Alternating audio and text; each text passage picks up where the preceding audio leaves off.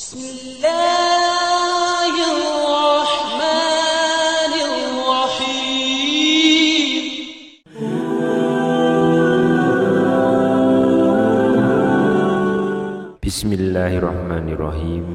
Assalamualaikum warahmatullahi wabarakatuh.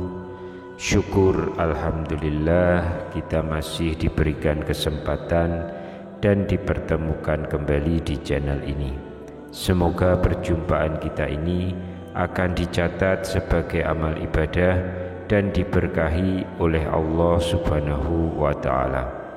Shalawat dan salam selalu tercurah kepada Rasulullah Muhammad Sallallahu Alaihi Wasallam, juga kepada keluarga, sahabat, dan orang-orang yang mengikuti beliau hingga hari kiamat.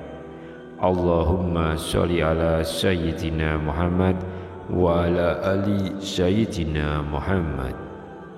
Harapan dan doa saya untuk sahabat-sahabat semua, semoga Allah selalu memberikan kesehatan lahir maupun batin, dilapangkan rezekinya, dimudahkan dalam segala urusan, dipanjangkan umurnya, dan dijaga setiap waktunya selalu dalam kebaikan, baik di dunia, baik di akhirat. Amin ya rabbal alamin. Sahabat Oborpedia yang dirahmati Allah, perlu diketahui bahwa sesungguhnya kehidupan di dunia ini hanyalah bersifat sementara.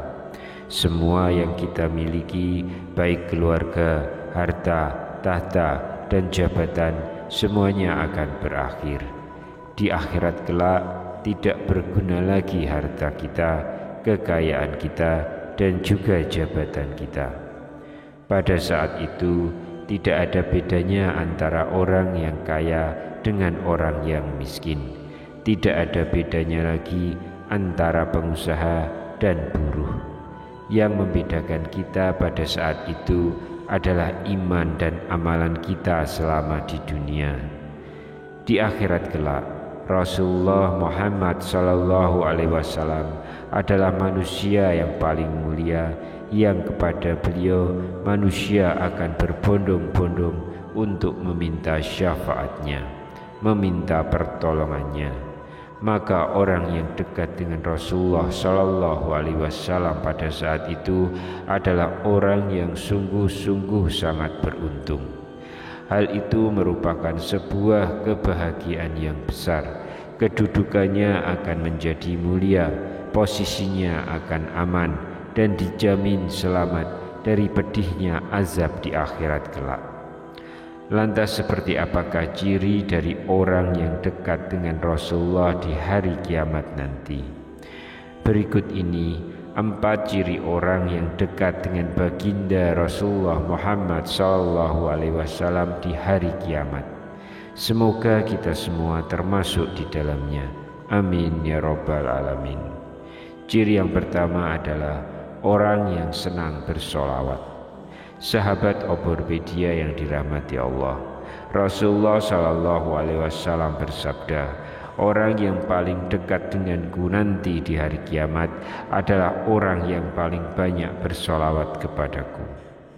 Syekh Mustafa Al-Bukha dan 4 ulama lainnya dalam Nukhatul Muttaqin menjelaskan, hadis ini berisi anjuran untuk memperbanyak sholawat atas baginda Rasulullah Muhammad Sallallahu Alaihi Wasallam, dan tingginya derajat orang yang memperbanyak sholawat di hari kiamat kelak.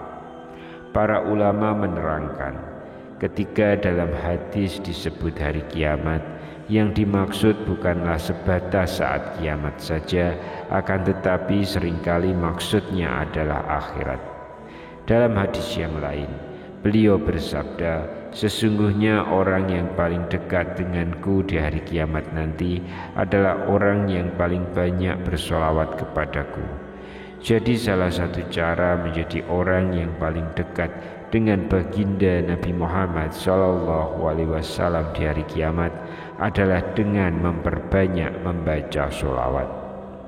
Siapa saja mukmin yang paling banyak membaca sholawat, insya Allah ia akan menjadi orang yang paling dekat dengan Rasulullah di akhirat kelak.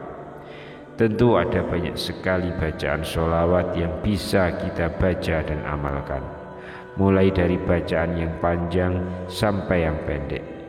Di antara bacaan sholawat yang bisa kita amalkan adalah Allahumma sholli ala Sayyidina Muhammad wa ala ali Sayyidina Muhammad.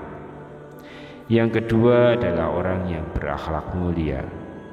Sahabat beriman yang dirahmati Allah Subhanahu wa Ta'ala, termasuk di antara keindahan ajaran agama Islam adalah bahwa agama ini mendorong umatnya untuk memiliki akhlak yang mulia dan akhlak yang luhur.